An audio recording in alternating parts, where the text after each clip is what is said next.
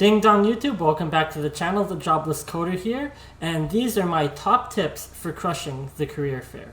Now the reason for making this video is because I was actually at a career fair this past Monday. I've done several different career fairs now over the past couple years, and I've learned a little at each of them and gotten better at each career fair that I've gone to. And so I'd like to share with you some of the tips and tricks that I've learned to crush the career fair. I'll start by telling you the first time that I went to a career fair was about 4 years ago, and it was my first year of university. I was studying computer science for 3 years at the University of Lethbridge in southern Alberta.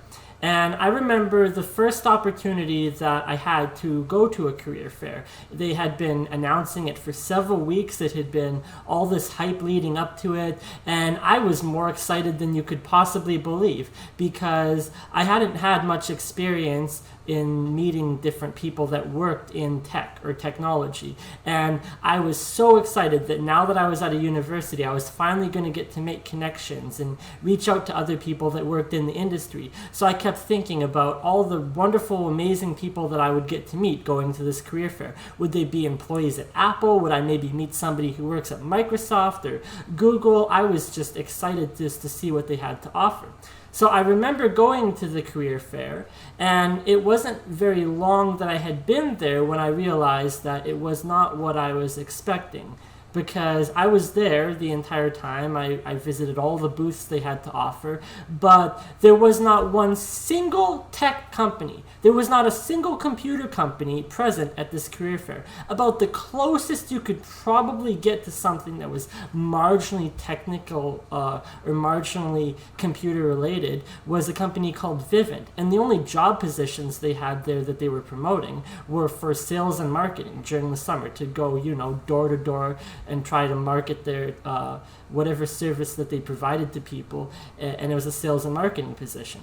So I can remember the disappointment that I felt after that first job fair that I had been to, and the fact that they didn't have anything that represented me and what I was studying at the university. But I kind of brushed it aside and thought, oh well, maybe next time or whatever. So then it was my second year, and again, at the same time frame, the same career fair, the same location on campus, and all of the hype that led up to it. And so I went for my second year, and I went for my third year to this career fair, and every single time I noticed the exact same pattern was that there wasn't a single company there representative of what I was actually studying in the university. Now, there was possible that some of the companies were, they offered tech positions, maybe as like a website developer or something like that, but they were not tech companies. And the thing about working a technical position at a non-tech company is that you're mostly a second-class citizen. If the company isn't directly built or surrounded upon whatever software it is that they're building, if that's not their primary focus, if you're just building a website for some company that does something else, well then you're kind of on the back burner. And any ideas that you might have that would better the company, any like innovative creative type ideas that you may have will probably get shut down because you're not their primary focus. And because I was studying at an institution in southern Alberta, I noticed a very specific trend among the companies that were actually present at the career fair. And it was oil and gas and agriculture. Every single year. Oil and gas and agriculture, that was all they had to offer. And like I said, some of the farming or oil companies, they might have a technical position available, but you're a second-class citizen when you take that role.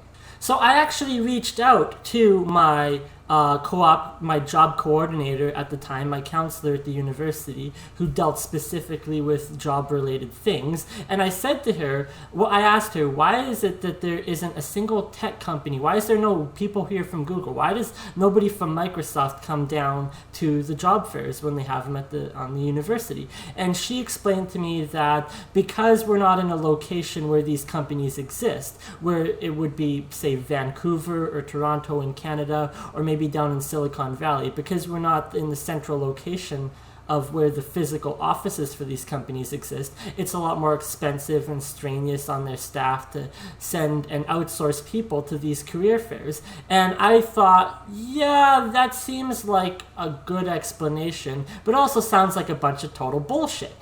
Because these companies, the Googles, the Facebooks, the Microsofts, and the Apples of the world, they're the companies, if any company has the money to export their people to various career fairs at certain universities, these are the companies that can afford it. They have money coming out the wazoo. And if they felt that there was any value in sending employees to recruit new people for their company to this university that I was studying at, then they would actually pay the money and send the people there. But because none of these tech companies felt there was any value in my university and the people studying computer science at my university, because they never placed value into my university, that's where I began to lose the value myself that I placed in my school. And that was basically the beginning of the end, which eventually led to me dropping out last year in May of 2018. I did 3 years and then I dropped out because I just lost all value I had for the school. Which leads me to my first tip when it comes to actually going to career fairs, and that is to look for career fairs that are specifically niched to your position or whatever it is that you're studying. So I was studying computer science and I was going to a generalized job fair for everything on campus. And because it was generalized, there wasn't anything there that actually pertained to me. So it doesn't matter whether you're studying marketing or business or whether you're doing computers or whether you're actually doing a trades or you're doing something in the oil and gas and agriculture. Look for specific career fairs that are hosted within the city or maybe even a nearby city or even out of province if you have to, that pertain to your specific area of expertise. And that's exactly what I did. Looking into various career fair options, I ended up looking, it was the BC Tech Summit. And the way the Tech Summit works is that it's basically a week-long convention where they bring in keynote speakers and they talk about all sorts of different things and topics and ideas related to, well, because it's the Tech Summit, specifically technology and technical related things. So as a part of that entire week-long event, there was one night in May of 2018 where they were hosting a job fair. So I decided back in February when I found this out I was going to go to this. It didn't matter how I was going to get there. I didn't know how I was going to pull it off. I was going to this job fair for this BC Tech Summit.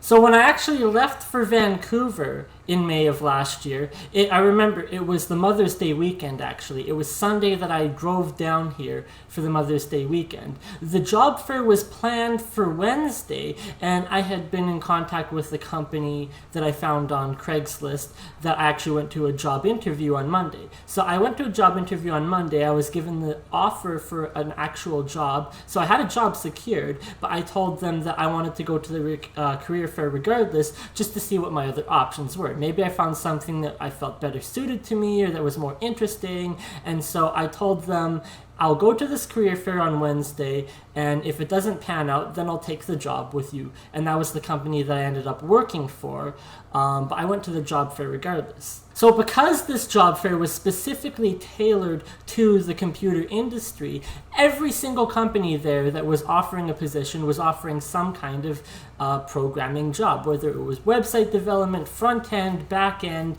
testers, debuggers, mobile app development, you name it, they all had everything there. Which leads me to the second tip that I have for actually doing well at a career fair, and that is that nobody cares to see your resume. Now, I'll explain a little bit about how this works. So there was one person that I had met with during the night. Well, I met with several people, but one person in particular that I remember because I was talking to him about my mobile development experience and more specifically mobile game development with Pocketbug Games. And I don't remember what company he worked for or what role he had that he was offering, but he was enthusiastic as can be. He was like jumping up and down. He was like, "Oh man, your skills sound amazing and you seem like such a smart person and whatnot." And he seemed really excited about the mobile games that I had developed. And I thought, well, I have my phone here. Why don't I pull it out and actually show him? And so I pulled out my phone and I was like, well, here, why don't I actually show you some of the apps that I built? And it was at that moment that the entire mood of the conversation changed. And this person basically shut down after that. He basically was like, oh, well, no, I'm fine. I don't need to see your product or your game or whatever. And then after that, he thanked me and shook my hand and walked away. And I was left kind of baffled for a few seconds. And I can't really describe to you the sheer level of disappointment that a person feels when you see the sheer amount of excitement in a man's face drain away at the mere mention that he may have to look at something that you created on your phone. Like, that is depressing. That is absolutely soul-crushing, that the idea that looking or even trying one of my games for 5 seconds would be too much for him to handle. So I was kind of put off by that, but I thought, okay, I'll keep positive for the rest of the night. So I went around and I met with some more people, and then I went through a similar experience where they seemed all really happy and excited about my talents that I had, all the things that I had told them I'd done. And I thought, okay, I'm not going to try this time to show them my stuff, but I had copies of my resume with me. And that's one of the things that, I mean, it's a trap that a lot of people fall into, is that it's a career job fair, you're expected to bring your resume. So I thought, oh, well, I'll offer to show them my resume. And I put the resume out there, and they just said, no, they don't want to take my resume. And I was like, this doesn't make any sense at all. This is a job fair. This is a career fair. The whole point of this entire event is not to just get friendly with people and make new friends. It's to get a job. So why is nobody taking my resume? And it's because that's the number one mistake I think people make when they go to a career fair. And I actually watched a video prior to this most recent career fair that I went to on different tips and tricks of doing well. The video was by Marc Freccero, if I remember the name correctly. And in it, he said the exact same thing. Marc said that do not bring your resume to the career fair because nobody wants to see it. The resume is all about, what a resume is it's basically just a list of, it's just a bullet point list of all the skills that you have, and they don't really care about that. It's a networking event. The whole point about the networking event is to make connections with people, show them who you are as a person, and the resume is not going to do that, because realistically a resume is just a list of all the places you'd never want to work again anyways. Now, I'm actually going to link to Marc's video below in the description for reference, because he mentions a few other different tips and tricks. But when it comes to his thing about the resume, I will add a few additional notes to that. And number one is that you should always have your resume with you regardless. But the idea or the point is you're not supposed to be giving your resume out. Don't push your resume on other people, because that will shut them down, and that will almost immediately end the conversation and the flow that you have going between you. Now, if they ask for your resume, then you can say, oh, I have my resume here, and maybe they'll write a few notes on it to remember who you are. And that's the one thing I think he gets wrong in his video, is that he says not to even bother bringing your resume. I think you should, because it gives you that option in the event that they ask for it, but your job is not to give them your resume. And in addition to that, I'll say, don't show them any projects that you've made, because the thing is, they just really don't care. Unless you've worked on some like big AAA game or whatever, or you're the creator of Angry Birds, let's say, they're just not going to care what your personal indie game is or whatever that you've built on your phone. And in which case, if you are the creator of Angry Birds, you don't necessarily have to pull it out and show them. You can just be like, oh, I'm the creator of Angry Birds. You don't have to say, oh, look, this is my game. It's called Angry Birds, and this is how you... They're going to know, because it's so wide spread and popular. So unless your game is popular or well known, or unless your software is something that everybody uses, they're just not going to care about your personal projects. The other thing about showing them personal projects is it doesn't necessarily show the skills or the talent that you have as a coder, which is primarily what they're going to be hiring you to do. Now, I met with another guy named Clovis. I think his last name is Flower or something like that, but he works at a company called BrainStation, and it's one of those like coding boot camp type companies here in Vancouver.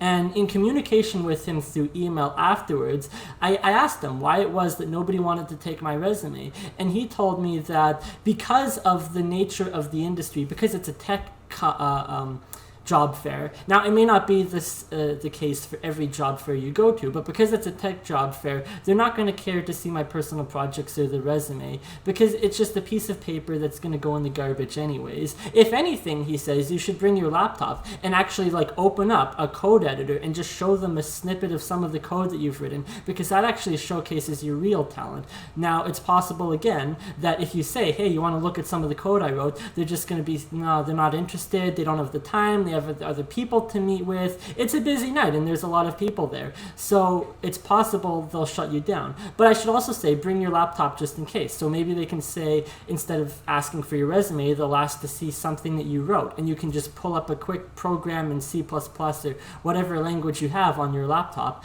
and they can get an idea of how you code. So the next career fair that I went to was essentially a year later. It was this past spring, and it was right after I had just got fired from my job.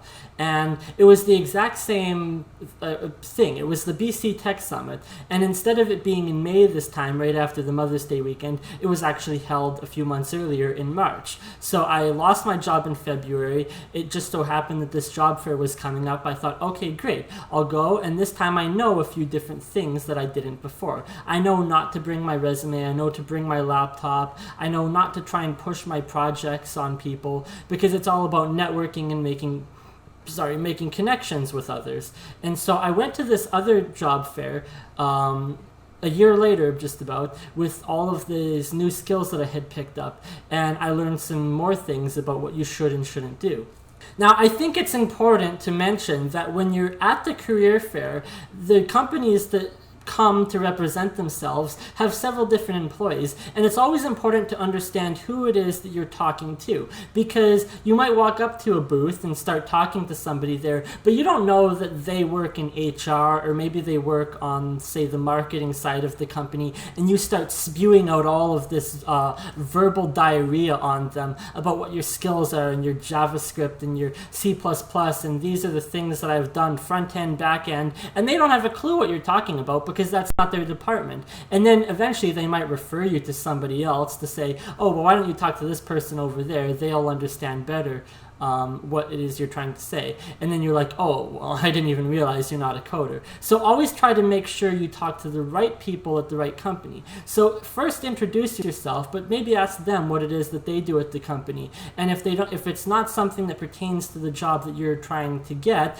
you might have to ask them, oh, well, who should I talk to that would best understand the coding side of this company? And then they'll refer you to who you should actually spend your time speaking with.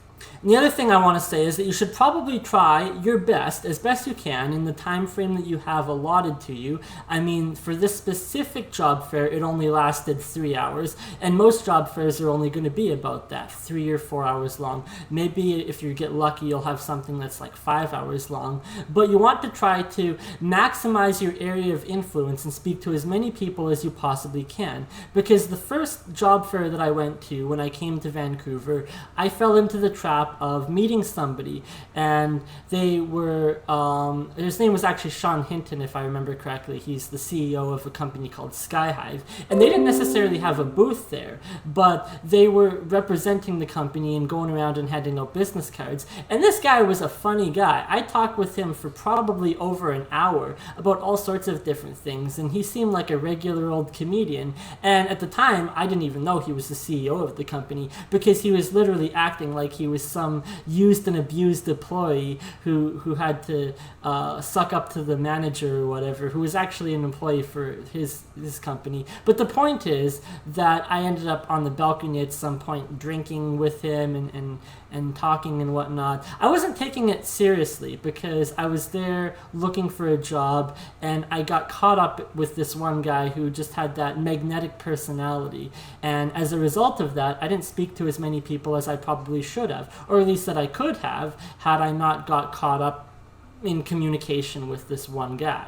And one of the things that Marc Freccero actually mentioned in his video as kind of a bonus tip at the end was that he calls it the zigzag method, where instead of going from booth to booth to booth, where they can see it's like this robotic pattern that you just go from one person to the next, kind of wander around, zigzag around, go to the different booths. And he also mentioned that if you're giving this huge spiel that's all scripted and rehearsed and everything to one company, then you go next door to the booth beside them and they're just like, oh yeah, I kind of overheard you. Well, in terms of overhearing you, I'm going to say that's not going to be a big problem, because there's a lot of people there and a lot of people talking about a lot of things all at once, and it's a noisy place. And so the likelihood that somebody next door is going to overhear something you say is probably fairly unlikely. But you should also try to maximize your chances by doing your research beforehand. That was one of the things that I went into this most recent job fair doing, is that before I hadn't been thinking about it in the right terms. And what I mean by that is that not only is it a competition, but it's a game. It's a game and a competition at the same time, and I'll explain to you what I mean by that. A career fair is a game, and the name of the game is to get as many email addresses, business cards, or phone numbers as you possibly can. Now, Mark references this in his own video and says that your job is not to give out your resume, although everybody there who is representing a company, that's their job. They're playing a game to try and get your resume from you, and your job is to try and get their business card from them. And that's the dynamic between the two, is that you want to have a stack of business cards at the end of the career fair so that you can actually get in contact with them directly. And they want to have resumes so that they can maybe reach out to you. But the thing about giving them your resume is it now puts you on the defensive, because now you're waiting for them to email you. Whereas if you get their business card and their email address or even their phone number, you're now on the offensive, because you are the one getting in contact with them. And you can say to them, oh look, this is who I am, and we met at the career fair, and this is what we talked about, and here's my resume, by the way. Just link it in attachments. And now they have your resume. So that you're not supposed to give them the resume there at the actual event. You want to do it later in email communication. Now, one of the other things that Mark talks about is saying something unique about yourself that they would be able to then reference later. And in his specific example, he talks about how he does parkour. Now, the point of that is not because you want to let them know that you do parkour, because they're just not going to care. It pertains nothing to the job that you're trying to get. It's not going to make any impact other than they can remember, oh, this is the guy that does parkour. So in my specific situation, I don't need to go and tell them something unique about myself, because they can visually see what's pretty unique about me, and that's the fact that I wear latex gloves because of my mental condition with OCD. And that was something that I took. It's a pretty big risk that I took, but it was something that I put out front when I was communicating with people this time around. Because from my perspective, what's the point in getting a job if it's only going to blow up in my face 3 months later, because the company culture or whatever, the office space just isn't conducive to my condition. It's not going to be a fit. So I could lie to them and go in there and try to pretend that I'm not suffering, and then get the job and then end up getting fired 3 months later. Or what I did instead was to say front up, when I was in communication with them, that, well, some of them even asked, why are you wearing gloves? In which case I could explain to them, but I would say to them, I have a mental illness. It's a condition. It has caused problems in the past with working in various office environments. I'm looking for a company which would be conducive to this condition, one that I can work for, and that I'm not going to worry about getting picked on or getting a target placed on my back, or people complaining about various things that I do. And so I let them know that what I am looking for is a company that would match with my skill, not only my skill set, but would match with me as a person. And so I went in there with basically 3 goals. My number 1 goal is to get a job. My number 2 goal is to get a job that would be conducive to my condition, whether it's working in an office or remote or however it goes. And my number 3 goal is, if at all possible, I would prefer to work remotely from home so that I have none of these concerns to worry about. And I would tell them, not only do I work more proficiently when I'm at home, and I don't have to worry about transit, and I don't have to worry about all of these other things that come with my condition, or trying to fit into an open office space or not bother other people, and various types of different things that I've been through in various job situations. I basically told them I'm looking for a remote position in a job. And some companies, they just don't offer that. They are hands down, no, this is our company policy, you're here every day in the office. Some companies offer flexibility in that, in which they'll say, oh, well, we have 30% or whatever work from home, or 1 or 2 days a week of work from home. And other companies are flat out like, oh, you want to work at home 24/7 all day long or whatever? That's totally fine by you. That's totally okay. So I've met with all types of those different companies and kept that in perspective when dealing with them in the future, to rank them in an order of, these are the companies that I would most feel comfortable working for, and these are the companies that I would least want to work for. But the number 1 priority is to get a job at any of them regardless.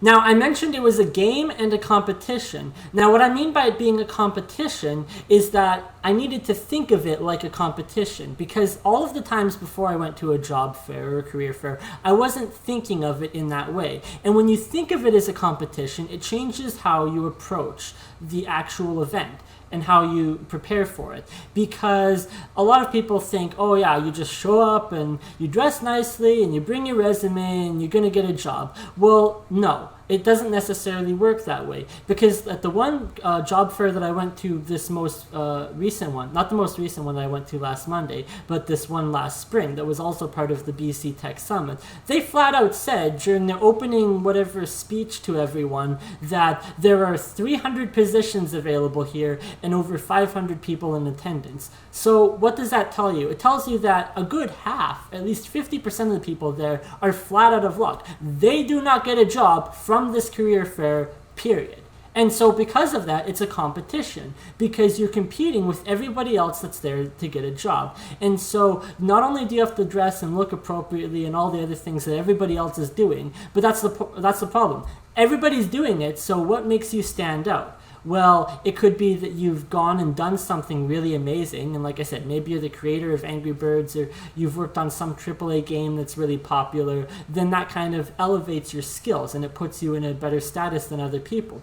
But one of the other things is that when it comes to a competition, and it doesn't matter whether you're competing in sports, or in my case, say for example the science fair that I competed in every single year at high school, you have to practice and prepare for it, and you have to know ahead of time what you're going to say if somebody asks you a specific question, and your research has to be well outlined and reviewed, and you have to go over it several different times. So in preparation for this career fair, what I did was I made a list. Well, I didn't make a list. They actually had a publicized list of all of the companies that were going to be there. So I wrote down every single one of them, and then what I did was I went to their website. I went to every single company's website, and I looked at what does the company do and what jobs are available, so that way I can know how to best market myself to each and individual company. Because I already knew what every company did, when I approached them at their booth, I no longer have to go along the traditional scripted path of saying, oh, hello, my name is Evan, I'm a software developer, and I see your company here, can you tell me what it is, what you do? And then they would basically run through their spiel of, oh, this is our company, and this is how we got started, this is what we're doing, these are the job openings we have. And so that's just a huge waste of time on their part, and it means you don't have as much time to talk to them because they've wasted that time on you. So instead, I can better position myself as a candidate by going to them and saying, hi, my name is Evan, I'm a software developer. I was actually looking at your website earlier, and it looks like you do X. And it looks like the positions you have available are Y, Z, and Z2 or whatever. And then you can say, I feel that I'm best suited based on my skills for this position. And now they know not only do you actually care about the company, because that you've gone and done your research on them, which means you're probably interested in the company. At least from their perspective, they're thinking, wow, he actually seems pretty interested. But you also know what positions they have available and which ones are best suited to you. And you can go full steam ahead on that, so they know that you are prepared and that you have the skills that you need to succeed, and they know that you're enthusiastic about the company. And that's going to stand out more on them when they're looking through all of the people they've met with when it comes to the email correspondence later. And because I did that homework prior to the career fair by going through and listing all of the companies and what they did and the job positions they had available, that gave me a better idea of which ones I actually wanted to work for. Because you could walk up to some booth and have no idea what it is they do, and they may explain it to you, and now you're like, wow, this company actually sounds really cool. I actually really, really want to work here. But now you have no idea how to best market yourself to make yourself stand out. But because I already knew that, I knew that these were the companies that I needed to visit with first when I first walked in the door, because those are the most important companies to me. And then everything else is just in tandem to that. And so that way I could go through, because you're not going to get a chance to visit with every single company. So if you have an idea of which ones you best want to work for before you go into the career fair, you're going to have a lot better chance of getting a job there. So I went in knowing which ones that were most interesting to me, and there were several that I didn't meet with. But the other thing too is that I got all the business cards, like I said, and I emailed everybody after, and I gave them my resume, and I mentioned that I was this person that was looking for a remote position or an office position that was conducive to my mental health, and then they would know, okay, this is this person, and I would tell them the positions that I wanted to apply for, and then they can take my resume directly and send it to HR. I don't have to go through any of the back-end website stuff or apply through Indeed, and then your resume goes in the garbage anyways. They can forward it directly to HR.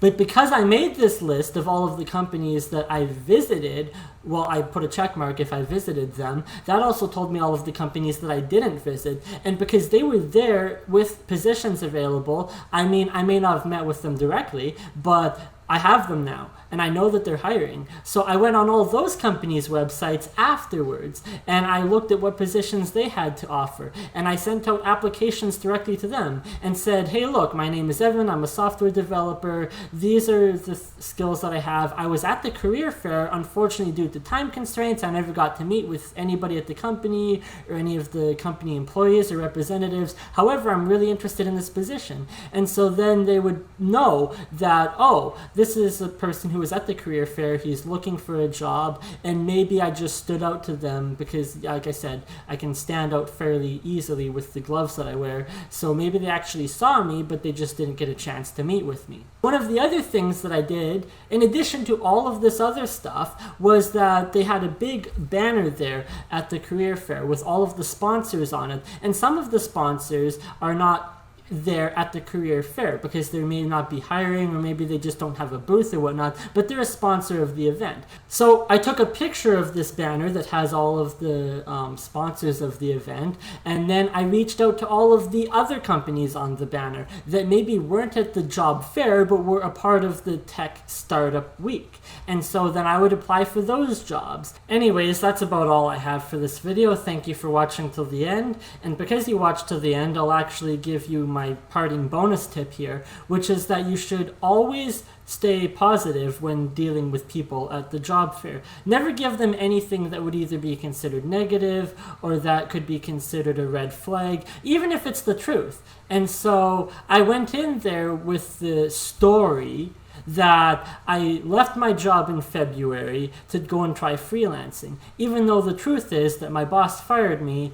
after I took legal action against him for not paying me in 4 months. Because, you know, there's two sides to every story, and they just met me. They don't know me or my old boss. They don't know if I'm credible at all. They don't know if maybe I'm the one to blame. And so it puts an edge on the conversation if I go in like that. And you have to be willing to lie sometimes just to stay positive. And one person even asked me, oh, why did you go and decide to go do freelancing? And so I just made up some lie about how I heard you can make more money like that, you can better hours or whatever working for yourself type of thing. And I was totally fine with him, even though that's not necessarily the truth. But he's going to remember me now as being more positive, as opposed to be like, oh, my old boss didn't pay me and whatnot. And especially where I was at a startup fair, because I was working for a startup company, and startup companies go under all the time, every single day. And so they may wonder, oh, what would happen if our company ever went south and couldn't pay our employees? Would he take legal action against us? They just don't know. And so I made up that lie, and it seemed to work well. So I'm really hoping I get a job out of this, and I'll keep posted. I'll make a video about it if anything happens. But thank you for watching this video, and I hope that some of these tips and tricks can maybe help you get a job at your own career fair in whatever industry it is that you're doing. Now, some of them are specific to computers and whatnot, in which case I hope it helps. But otherwise, I hope you can get a better idea of how to actually approach the career fairs in the future. And thank you for watching this video. Bye.